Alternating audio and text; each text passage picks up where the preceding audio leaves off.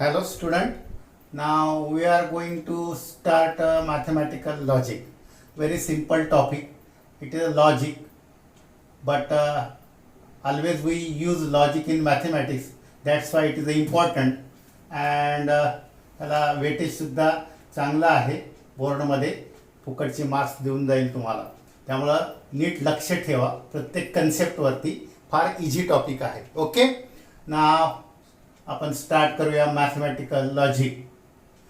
आता लॉजिकमध्ये सर्वात पहिला कन्सेप्ट जो आहे तो आहे स्टेटमेंट इन लॉजिक. काय सांगितलंय मी? Statement in logic. Very important concept. लॉजिकमध्ये स्टेटमेंट कशाला म्हणतात? लॉजिकमध्ये स्टेटमेंट कशाला म्हणतात बघा, मी काय सांगते बघा. Any declarative sentence. Any declarative सेंटेन्सचे टाईप तुम्हाला माहिती आहेत इंग्लिशमध्ये. Declarative means which declare something. Assertive sentence.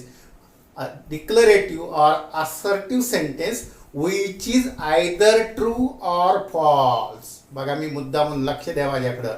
Which is either true or false. Simultaneously, not both. Simultaneously, not both. Either it must be true or it must be false. Then that sentence is called as a statement in logic. काय बोललो कळते का बघा. Any assertive or declarative. First thing that is clear. Sentence कसा असायला पाहिजे म्हणजे order नको, रिक्वेस्ट नको, कळलं, एक्सक्लेमेटरी नको, इंट्रॉगेटिव्ह नको. तर कुठलं स्टेटमेंट पाहिजे? कुठलं स्टेटमेंट पाहिजे? कुठलं? Assertive or declarative means which declare something. Any assertive or declarative sentence which is, second condition काय? Which is either true or false. म्हणजे ते एकतर ट्रू तरी असायला पाहिजे किंवा फॉल्स असायला पाहिजे. सायमल्टेनियसली बोथ असं नसावं. असं जर असेल तर त्याला स्टेटमेंट इन लॉजिक म्हणतात. ओके, क्लिअर झालंय ना? मी काय एक्झाम्पल देतोय, तुम्ही फक्त सांगायचं की स्टेटमेंट आहे का. बरोबर आहे? फक्त नीट लक्षात ठेवा की ते ट्रू असू दे की फॉल्स असू दे, पण सायमल्टेनियसली बोथ नसावं आणि डिक्लरेटिव्ह असावं. आता मी काही एक्झाम्पल्स इथं लिहिलेली आहेत. नाव 5 + 4 = 13. 5 + 4 = 13. Definitely declare something, whether it is true or false, but we can definitely state whether it is true or false. Means definitely it is a statement. First thing is clear, it is a statement. Now listen, x + 3 = 14.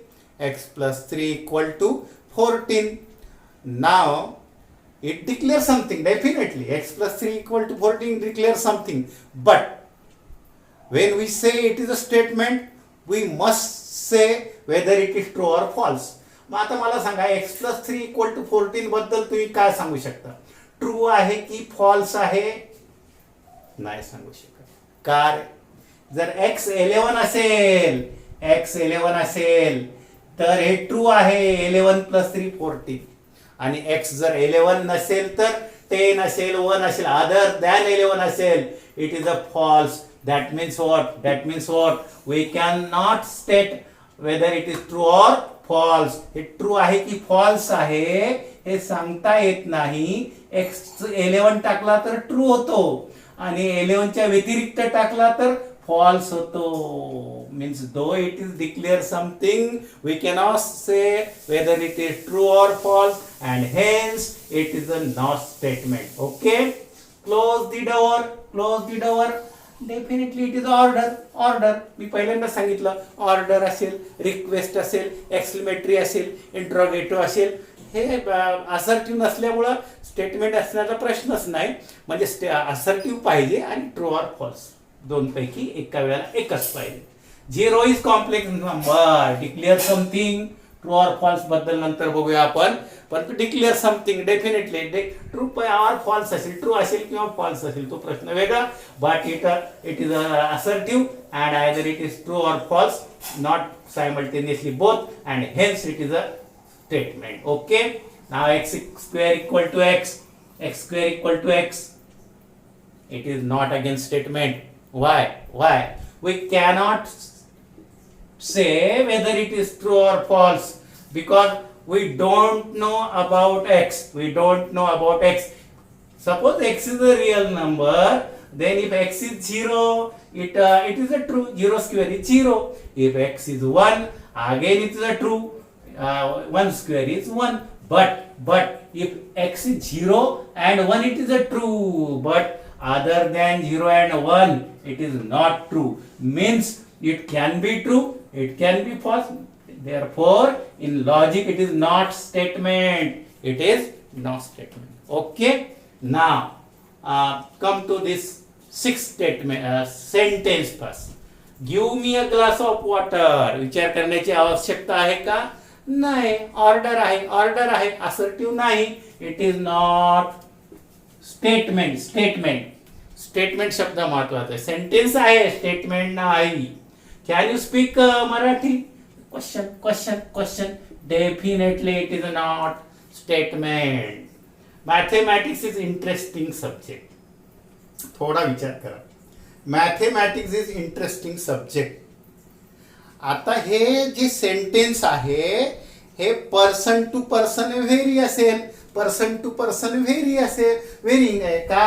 मी म्हणेल की interesting subject आहे. अर्धे तुमच्या क्लासमधले बोलतील interesting subject आहे sir, it is a true. But काही असे असणार, नाही सर इंटरेस्टिंग नाही, जाम बोर सब्जेक्ट आहे. म्हणजे हे ट्रू आहे की फॉल्स हे पर्सन टू पर्सन चेंज होणारी गोष्ट आहे. म्हणजे ट्रू आहे की फॉल्स हे सांगू शकता का? नाही. Therefore it is not a statement. Okay. Now he is a tall boy. Cannot say whether it is true or false. कोणाला टॉल म्हणायचं? कोणाबद्दल बोलतोय? त्यामुळे ट्रू असू शकते. एखाद्या 6 फीट मुलाबद्दल बोलत असू, ट्रू आहे. एखाद्या छोट्या कमी हाईटच्या मुलाबद्दल बोलत असू, फॉल्स आहे.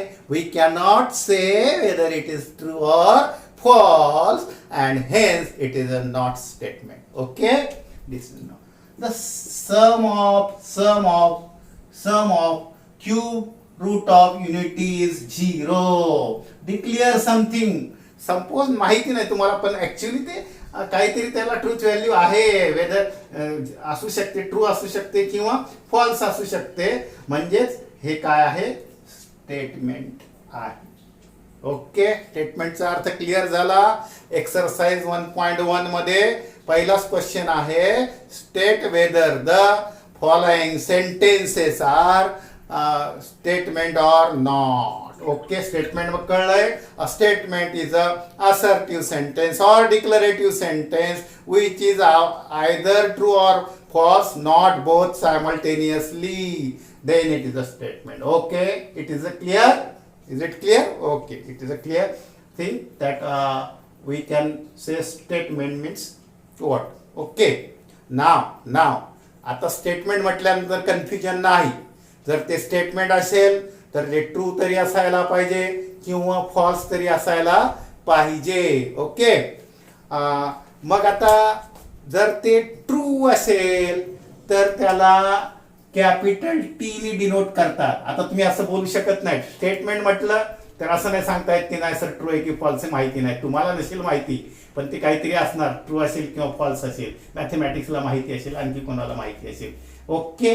नाव it is if statement is true we can write this as a T, and if statement is false then we write it as a capital F, and these are known as its truth value. These are known as its truth value. Okay. Now what is the meaning of truth value of statement then? Truth value of statement is a truth or falsity of logical statement. ते जर statement असेल तर ते त्याचं truth किंवा falsity ह्याला truth value म्हणतात. True असेल तर टी ने डिनोट करतात, फॉल्स असेल तर एफ ने डिनोट करतात आणि ह्याला त्याची ट्रूथ व्हॅल्यू म्हणतात. काय क्वेश्चन? काय doubt? Okay. Now we are going to learn what is meaning of simple and compound statements. Simple and compound statement.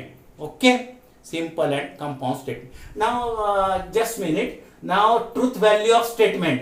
आता स्टेटमेंट असेल तर त्याची ट्रूथ व्हॅल्यू सांगता यायला पाहिजे आहे ना. असा क्वेश्चन एक्झाम मध्ये असू शकतोय की जर स्टेटमेंट असेल तर ट्रूथ व्हॅल्यू सांगा. ट्रू असेल तर टी बोला, फॉल्स असेल तर एफ बोला. नाव 5 + 4 13 स्टेटमेंट आहे, आपण पहिल्यांदाच लिहिलं. स्टेटमेंट आहे म्हटल्यावर ट्रूथ व्हॅल्यू बोला. ट्रूथ व्हॅल्यू फॉल्स आहे, फॉल्स आहे, फॉल्स आहे, हे पण माहिती पाहिजे. स्टेटमेंट असेल तरच ट्रू ऑर फॉल्सचा प्रश्न येतो, अदरवाइज नाही.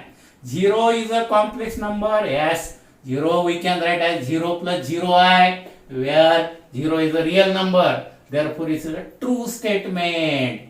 स्टेटमेंटच नाही, विचारच नाही करायचं.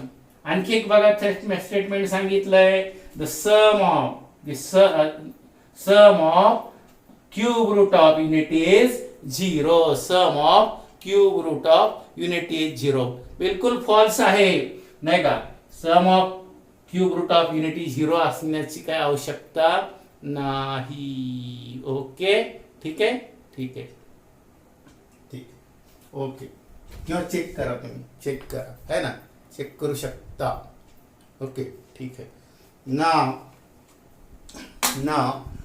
We are going to explain what is the meaning of simple and compound statement. Simple and compound statement. Okay, now the statement which cannot be split further, a statement which cannot be split further, split नाही करता येत, that is called as a simple statement.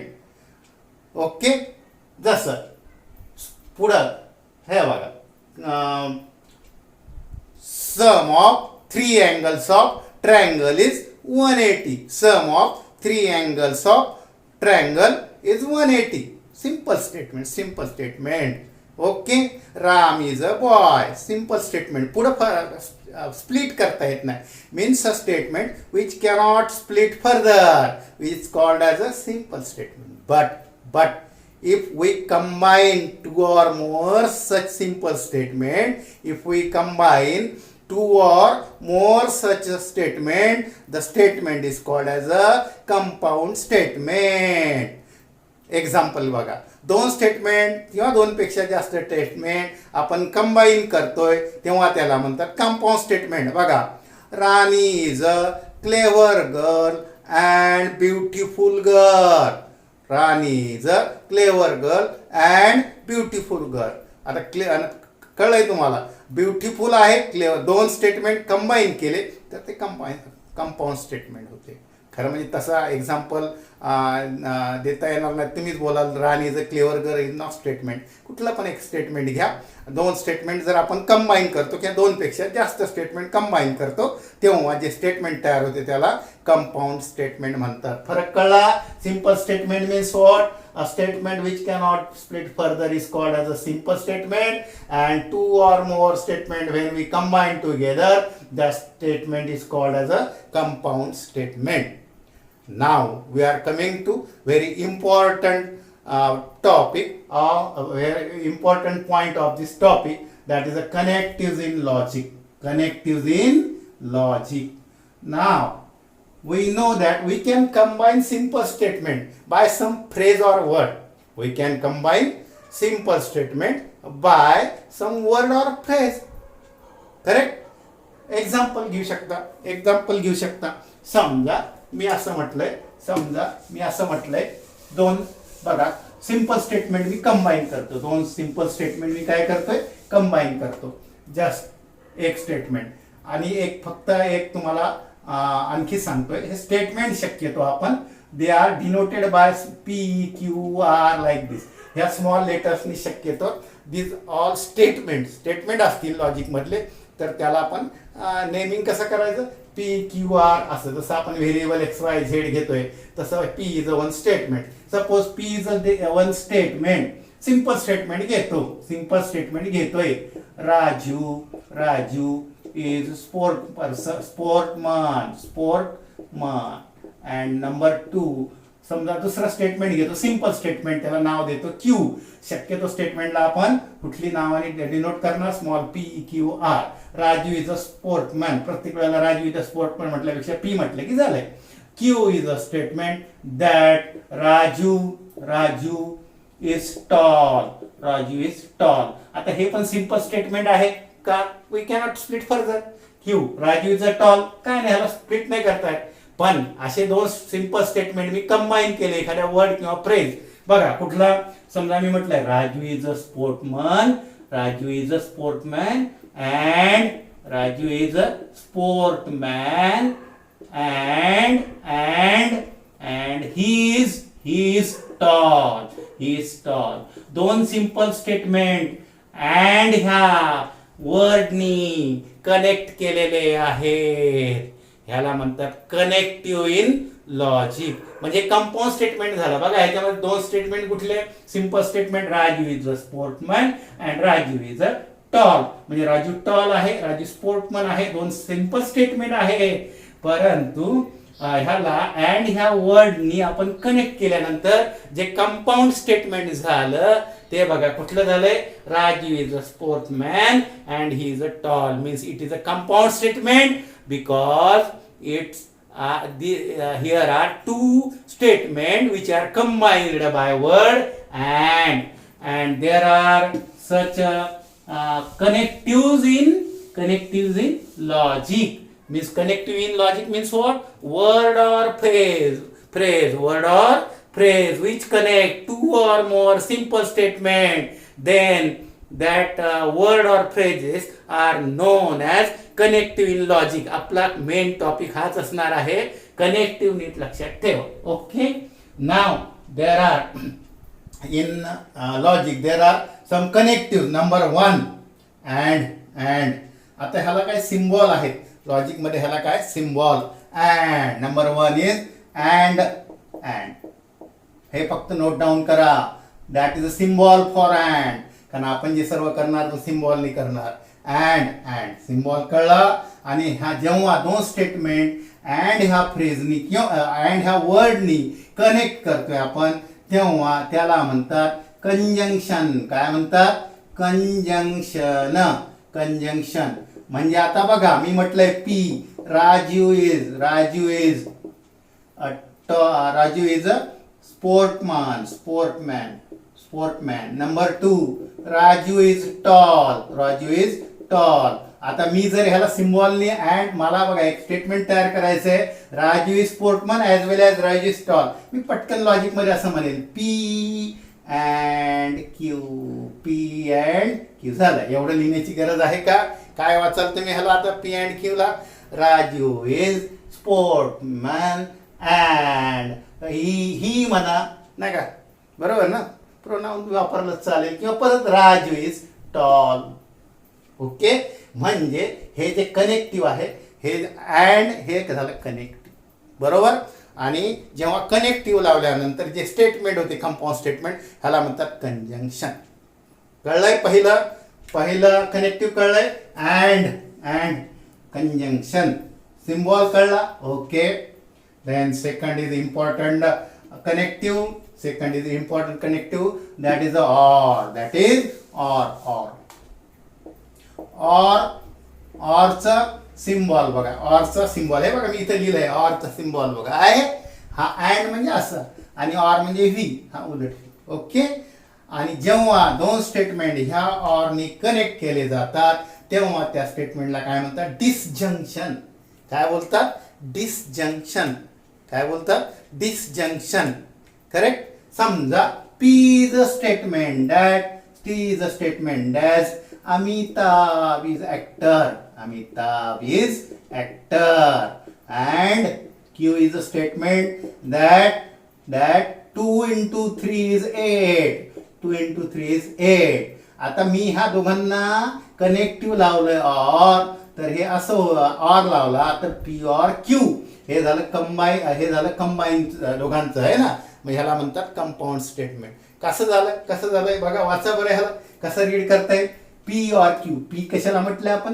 Amitabh is a actor. Amitabh is a actor. Maths मध्ये सारं सिम्बॉलाइज करायचं आपल्याला, निबंध लिहायचे नाही. Amitabh is a actor. और सिम्बॉल कशासाठी? और क्यू. क्यू म्हणजे काय? 2 × 3 = 8. ट्रू आहे फॉल्स आहे त्याच्याबद्दल मी सध्या बोलत नाही, मी कनेक्टिव्ह बद्दल बोलतोय. पी और क्यू हे झालं कंपाऊंड स्टेटमेंट. कुठलं कनेक्टिव्ह वापरलं? और. आणि जेव्हा और वापरून स्टेटमेंट तयार होते त्याला म्हणतात डिसजंक्शन. हे बघा, हे कंजंक्शन, हे काय झालं? डिसजंक्शन. कळलंय? सेकंड कनेक्टिव्ह बद्दल कळलंय तुम्हाला? That is or disjunction. Third is if then. If then phrase आहे, फ्रेज आहे. इफ एक्स प्लस 2 किंवा ह्यालाच घ्या, हे बघा पी अँड क्यू. नोटेशन बघा काय? नोटेशन बघा काय? Then. Then if P then Q. If P then Q. If P म्हणजे if Amitabh is actor then 2 × 3 is 8. If Amitabh is actor, then 2 × 3 is 8. झालं कंपाऊंड स्टेटमेंट. कुठलं कनेक्टिव्ह वापरलं? Phrase वापरली. If then, that is a connective, important connective in logic. If P then Q. Correct. मग आता ह्याला वाचाल कसं? ह्याला वाचाल कसं? If P then Q. If P then Q. कारण इफ देन बद्दल मी तुम्हाला नंतर डिटेलमध्ये सांगणार आहे. ह्याला वेगवेगळ्या ह्यानी आपण बोलू शकतो. पी एम्प्लाइज क्यू और P is a sufficient condition of Q. त्याच्यानंतर डिटेलमध्ये आपण जाऊया जेव्हा आपण इफ देन बद्दल थोडासा जास्त विचार करूया. सध्या फक्त कनेक्टिव्ह आहे. आणि ही जी नवीन स्टेटमेंट कंपाऊंड तयार झालं ह्याला वाचाल कसं? If Amitabh is a actor then 2 × 3 is 8.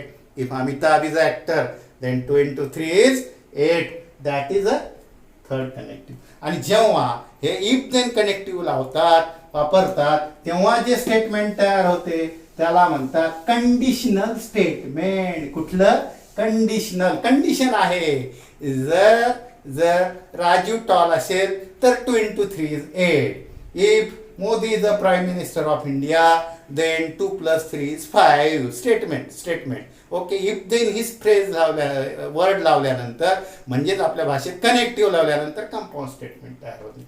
आणि त्या कंपाऊंड स्टेटमेंटला काय म्हणतात? कंडिशनल. कंडिशन असते. असं असेल तर असं condition. If mister Modi is prime minister of India then 2 + 3 = 5. Conditional statement. Okay. Then biconditional. Then fourth is if and only. If and only ह्याला एम्प्लॉईज पण म्हणतात. इफ देनला बघा, सिम्बॉल बघा, असा पण असू शकतो, असा पण असू शकतो. पी देन क्यू वाचताना कसं? इफ पी देन क्यू सांगूनच टाकतोय तुम्हाला. याला वाचताना कसं प्रकारे वाचता येते? If P then Q. If P then Q. Suppose P and Q are any two statement, simple statement. If P then Q असं पण म्हणू शकता, असं पण म्हणू शकता. Correct. P implies. P implies. P implies denote करताना सुद्धा असं करू शकता. P implies Q. P implies Q. Thirdly असं म्हणू शकता P is a sufficient. P is sufficient. P is sufficient for Q. काय बोलू शकतोय? P is sufficient for Q. P is sufficient for Q. किंवा असं लिहू शकतो Q is necessary for P. Q is necessary for P. हे लक्षात ठेवा. इफ देन ला अनेक प्रकारे बोलता येईल. इफ P then Q किंवा P implies Q किंवा P is a sufficient for Q किंवा Q is a necessary for Q or Q follows from P असं पण म्हणू शकता. Q follows from P. Okay. Condition बघताना परत मी डिटेलमध्ये सांगेन. ओके. झालंय. आता biconditional. Biconditional if and only. चौथा कनेक्टिव्ह कुठला? Biconditional. If and only. Suppose P is one statement, Q is another statement, then it is connected by this connective if and only, then denoted by this or this. That is a if P if and only if Q. वाचताना कसं वाचायचं? P if and only if Q. मगाच example घ्या. P statement that's Raju is Amitabh is actor. Amitabh is actor. True आहे की false आहे त्याचा विचार करू नका. Q 2 + 3 7. If and only if आता बघा कसं वाचणार कसं P if and only if Q means Amitabh is a actor if and only if 2 + 3 7 याचा अर्थ काय होतो कळतं का if Amitabh is a actor then 2 + 3 7 if Amitabh is an actor then 2 + 3 is 7 and conversely if 2 + 3 is 7 if 2 + 3 is 7 then Amitabh is an actor ह्याचा अर्थ होतो if and only म्हणजे biconditional if P then Q as well as if Q then P म्हणजे काय P असेल तर Q असेल तर P बरोबर आहे मिनिंग कळतोय म्हणजे बाय कंडिशनल मध्ये काय इफ अँड ओनली इफ वाचायचं कसं Amitabh is actor if and only if 2 + 3 7 म्हणजे काय अमिताभ ऍक्टर असेल तर 2 + 3 7 होतात आणि 2 + 3 7 होत असेल तर अमिताभ ऍक्टर आहे that is if and only ह्याला म्हणताना काय म्हणायचं बाय कंडिशनल मिनिंग कळला सिम्बॉल असा किंवा असा बाय कंडिशनल कंडिशनल एका साइडने इफ देन बाय कंडिशनल दोन्ही साइडने if and only if this then this biconditional आणि लास्टला निगेशन दुसरं कनेक्टिव्ह कुठलं आहे नॉट नाही का नॉट लास्ट कनेक्टिव्ह कुठलं नॉट सिम्बॉल बघा हा एक वर्ड आहे बरोबर आहे समजा मी म्हटलंय 2 + 3 = 6 दिस इज अ स्टेटमेंट पी ह्याला सिम्बॉल नॉट असा लावला नॉट पी तर काय म्हणाल 2 + 3 is not 6 2 + 3 is 6 ह्याला मी सिम्बॉल लावला नॉट पी काय अर्थ होईल 2 + 3 is not 6 नॉट लावलं तर जे तयार होते त्याला म्हणतात निगेशन काय म्हणतात निगेशन डिटेलमध्ये नंतर बघणार आहोत निगेशनचे रूल परंतु कनेक्टिव्ह कळले का म्हणजे आता बघा साधी गोष्ट आहे निगेशन किंवा नॉट लावल्याने काय होते रे जर 2 + 3 6 हे फॉल्स स्टेटमेंट असेल तर ह्याचं निगेशन ट्रू होईल एक माहिती असू द्या नंतर आपण बघणार आहोत 2 + 3 काय आहे ट्रू की फॉल्स स्टेटमेंट आहे म्हणजे ट्रू किंवा फॉल्स असणार अदरवाइज ते स्टेटमेंटच नसते 2 + 3 6 काय ट्रू आहे की फॉल्स आहे फॉल्स आहे म्हणजे पी जर फॉल्स असेल मी त्याला नॉट लावला तर तो आपोआप ट्रू होतो तो काय होतो ट्रू 2 + 3 = 6 फॉल्स आहे आणि नॉट पी काय होईल 2 + 3 is not 6 म्हणजे हे जर फॉल्स असल्यामुळं हे काय होते ट्रू होते ओके म्हणजे हे माहिती असू द्या जर एखादं ट्रू असेल स्टेटमेंट त्याला नॉट लावला तर तो फॉल्स होतो फॉल्स असेल त्याला नॉट लावला तर तो ट्रू होतो अशा प्रकारे पाचवं कनेक्टिव्ह नॉट आहे सिम्बॉल आहे हा आणि ह्याने नॉट लावल्यानंतर जे तयार होते त्याला निगेशन मीन्स ह्या टॉपिक मध्ये महत्वाचं काय लक्षात ठेवा काय स्टेटमेंट कशाला म्हणतात ट्रू ऑर फॉल्स पाहिजे डिक्लेरेटिव्ह पाहिजे बरोबर आहे नंतर ट्रूथ व्हॅल्यू कशाला म्हणतात ट्रू ऑर फॉल्स स्टेटमेंट म्हटल्यानंतर ट्रू ऑर फॉल्स ट्रू असेल तर टी फॉल्स असेल तर कॅपिटल एफ ही झाली त्याची ट्रूथ व्हॅल्यू नंतर महत्वाचे कनेक्टिव्ह बघितले आपण कुठले and or if then if and only पूर्ण टॉपिक ह्या कनेक्टिव्ह आहे आणि not These are 5 connectives in this topic आणि सारा टॉपिक ह्याच्यावरती आहे परत लक्षात घ्या or if then if and only if not these are 5 connectives in logic or जोडल्यानंतर disjunction and जोडल्यानंतर conjunction if जोडल्यानंतर कंडिशनल स्टेटमेंट इफ अँड जोडल्यानंतर बाय कंडिशनल नॉट जोडल्यानंतर निगेशन दीज आर 5 कनेक्टिव्ह परत बघा कुठले and not if then if and only or म्हणजे disjunction and म्हणजे कंजंक्शन इफ देन म्हणजे conditional if and only if म्हणजे बाय कंडिशनल अँड नॉट म्हणजे निगेशन हे 5 निगेटिव्ह माहिती असतील पुढचं काम अगदी सोपं आहे फार सोपे मार्क्स बोर्डामध्ये मिळवण्यासाठी प्रत्येकाला ह्याचे मार्क्स मिळायलाच पाहिजे पास व्हायचं असेल तर ओके बाकी आपण पुढच्या ह्याच्यामध्ये बघू 5 कनेक्टिव्ह लक्षात ठेवा not or and if then